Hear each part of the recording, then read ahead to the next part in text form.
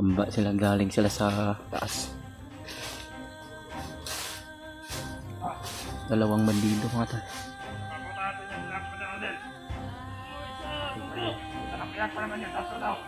Kasamahan to ni Commander Arnel Brad. Mga tauhan niya to.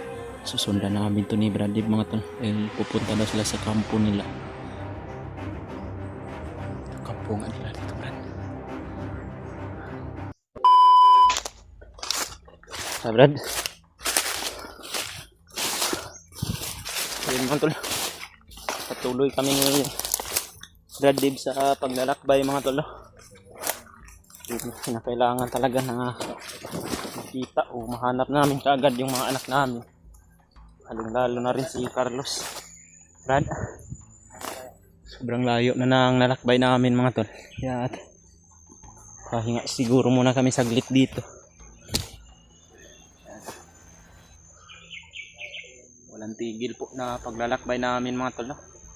Kahit oras ng gabi, pilit pa rin namin ilalakbay ni Brad Dib tong gubat na to para makita namin o ma-rescue namin agad yung mga anak namin.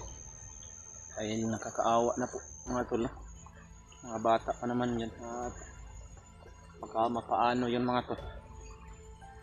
Hindi po namin alam kung ano pong nasa isip ng mga bandido na umuli sa kanila. Nagbabaka sakali po kami mga tol na biglas pa rin yung anak namin. Hindi lang po kami mawala ng pag-asa mga tol. Sikapin lang talaga namin na dito na naman may mga bandido na naman mga tol. Yan Brad,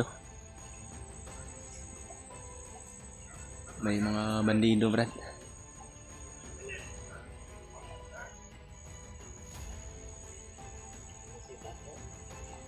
Galing sila sa itaas. Pababa sila dito Brad. Kailangan na makakuha tayo ng impormasyon dito Brad. Baka mga kasama ito sa kumuha sa ating mga anak ba.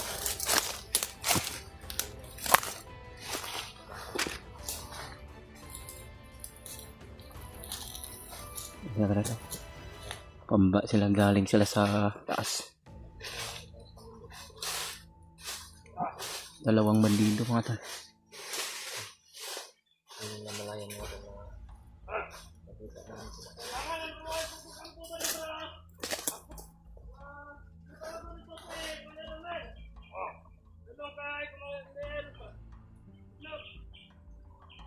Kailangan daw nilang pumunta sa kampo nila Brad.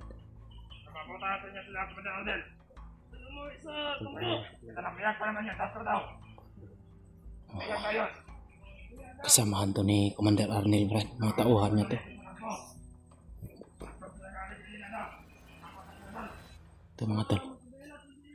Susundan namin to ni Brad Dib mga tol. Dahil pupunta daw sila sa kampo nila. Dahil andun daw yung bihag nilang tatlo. Sundan natin sa Brad.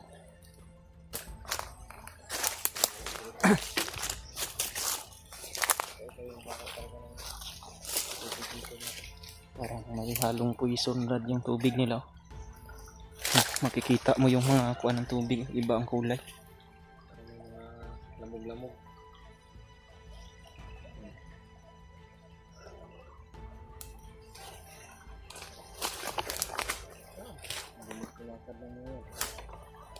Nagmamadali nga talaga sila Brad. Pero huwag tayong kumpiyansa dito Brad. Kailangan na mag-ingat tayo para hindi natin sila hindi tayo makulang. Huwag na tayo ng tansa lang.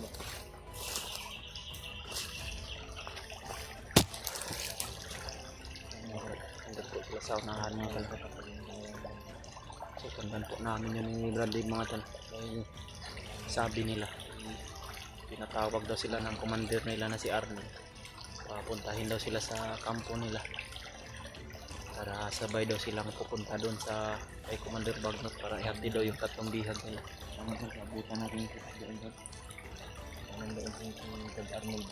Dala-dala yung natin at hindi para ma-rescue natin ang dalang agad naman. Hindi na maka-rescue yung Commander Bagnot. Ito sa unahan na no.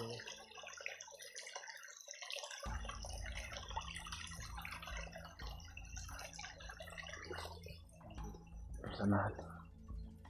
Hindi tayo malapit pa sa tibong lang bang kami maraming kasama nito na Parang marami talagang mga bandido dito brad dahil maraming mga tanim ba. At natinton po talaga namin tong area na to mga to dahil sa mga impormasyon na maririnig namin sa mga bandido mga tol. At ito din yung sinabi ng mga tao na nakausap namin doon sa bayan na dito daw dinala ng mga bandido yung mga bihag. Mataan nila dito mga to, kaya dito kami pumasok.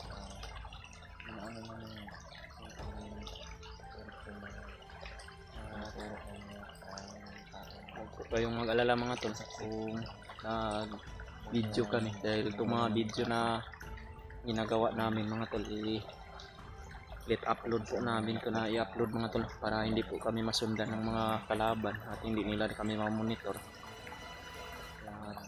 Let upload po namin yung mga video namin mga tol at huwag po kayong magtaka mga tol kung matagal po kami makapag-upload ng video namin dahil hanap pa po kami ng tamang signal para makapag-upload ng video. At sana po mga tol makita namin agad ang aming mga anak at si Brad Carlos yung alaga namin para hindi na sila mahirapan pa sa kamay ng mga bandido mga tol. Andun pa naman yung mga bandido sa unahan mga tol. Magmasid lang muna tayo mga tol para hindi nila tayo makita at masundan talaga natin ng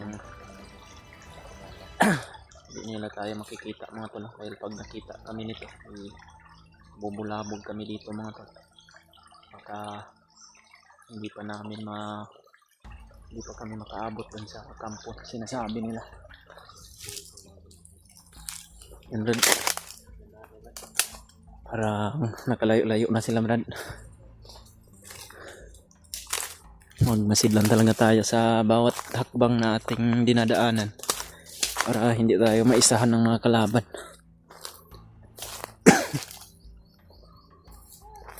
Yan.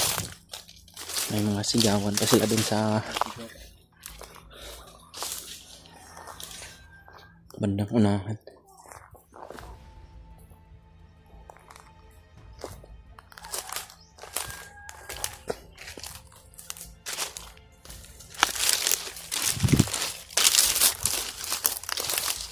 Iwasan lang po talaga namin ni Bradley mga tol na makipagbakbakan. Iwasan lang muna namin gumamit ng baril para hindi po kami mabulabog dito mga tol. At gagamitin lang namin yung baril namin kung kinakailangan na talaga. At orasyon lang muna at silent kill lang kailangan namin gawin para matudas namin kung may mga kalaban nang nakaharang sa daan.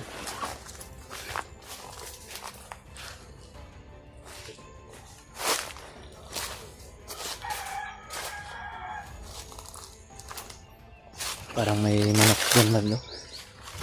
Baka malapit na dito yung kampo nila dahil may naririnig na po tayong mga boses ng manok mga to, no?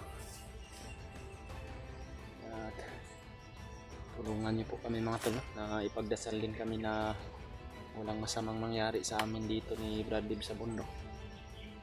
At sana po ay maligtas namin ang mga anak namin sa mas lalong madaling panahon mga tol. Hindi po talaga namin ito inasahan na mangyari ito sa amin. Lalong lalo na bago pa naman sana yun na ligtas ko yung anak ko yung nakaraan. Ngayon naman po ay ito na naman. Kami talaga yung pakay ng mga kalaban namin mga tol, no? Yung mga pamilya namin yung gusto nilang makuha dahil mas malaki po yung pera nila na matatanggap kay Commander Bagnot mga tol kung ang makukuha nila ay ang mga pamilya ng mga vlogger o mga hunter kagaya namin. Yan. Yun po yung ginawa ni Commander Arnel para mas malaki siguro yung makuha niyang pabuya sa kay Commander Bagnot.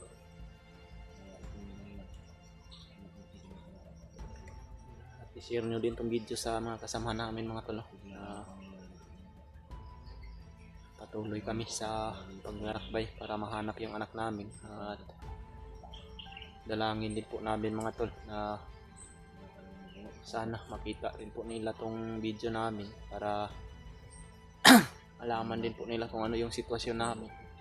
At nagbabaka sakali din po kami ni Bradley mga tol na sana makita din po nila yung mga anak namin doon at si Carlos kung sakali mang hindi namin maabutan.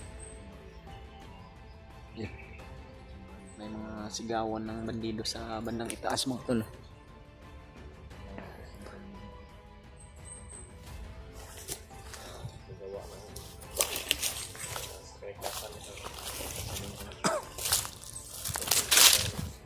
Handa kaming gawin lahat dito sa bundok mga tol. Makakaligtas lang namin yung anak namin. Dito yun sila dumaan daw. Dito siguro sila dumaan dahil walang ibang daanan dito. Hindi dito lang. Yan, paakyat yung daanan.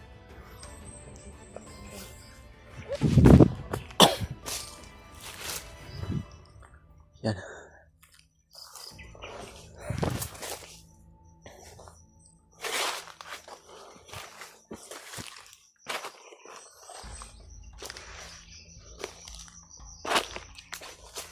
Tahimik tong lugar dito mga tol.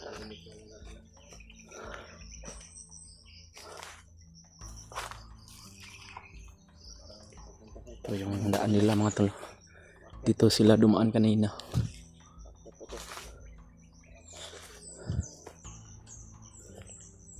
At magmasid lang talaga tayo ng maigi mga tol.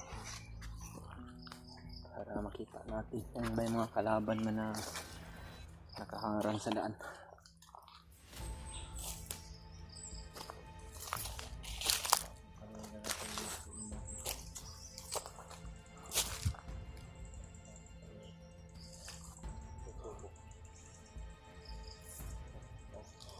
Mataas na bundok yung natin Brad. Parang dito sila dumaan na daw. Yan. Wala namang kuan dito ng mga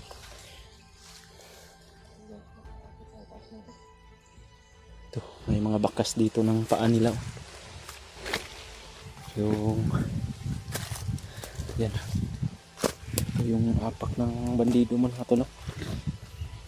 Bakas ng butas.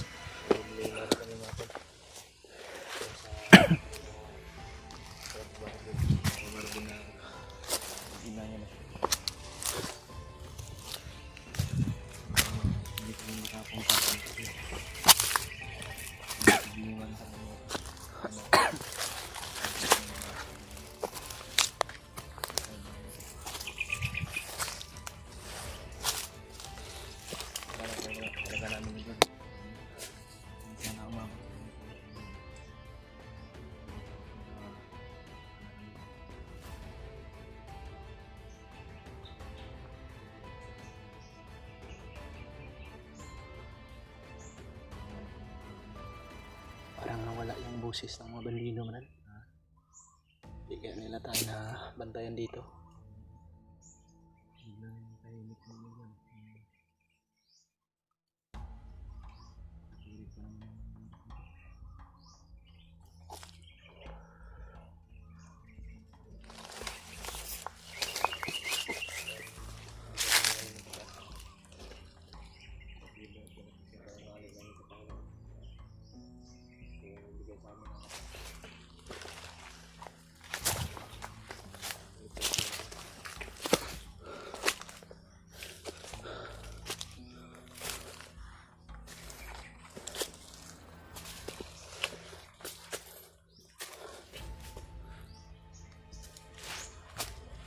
Dito talaga sila dumaan na.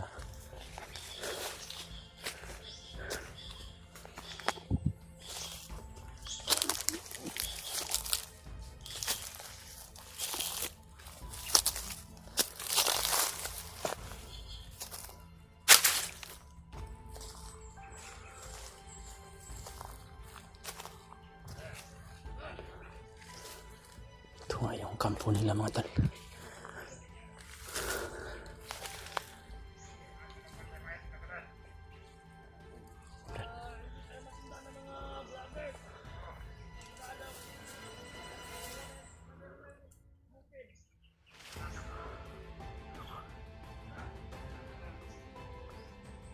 Ito kampungan nila dito, Brad.